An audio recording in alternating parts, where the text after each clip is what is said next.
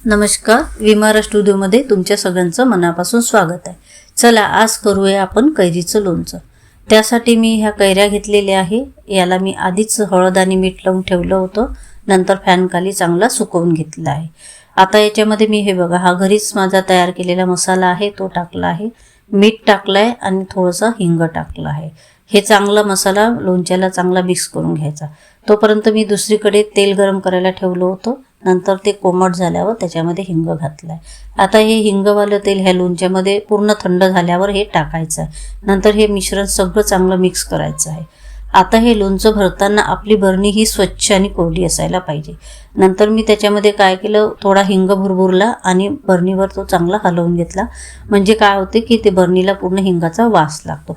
आणि हे बघा, हे लोणचं भरताना आपल्याला असं दाबून दाबून भरायचं आहे, म्हणजे याच्यामध्ये हवा पास होणार नाही। लोणचं भरून झाल्यावर झाकण लावल्यावर पक्क वरून स्वच्छ कपड्याने आपल्याला हे बांधून घ्यायचं आहे, जेणेकरून आपलं लोणचं वर्ष 2 वर्षापर्यंत चांगलं टिकेल। आजच्या रेसिपीतून आपण काय शिकलो, जर चव टिकवायचीच असेल तर संयम लागतो, तसंच लोणच्याचं आणि माणसांचं असतं। जर आजचा व्हिडिओ आपल्याला आवडला असेल तर लाईक करा, शेअर करा आणि सबस्क्राईब करायला विसरू नका। धन्यवाद।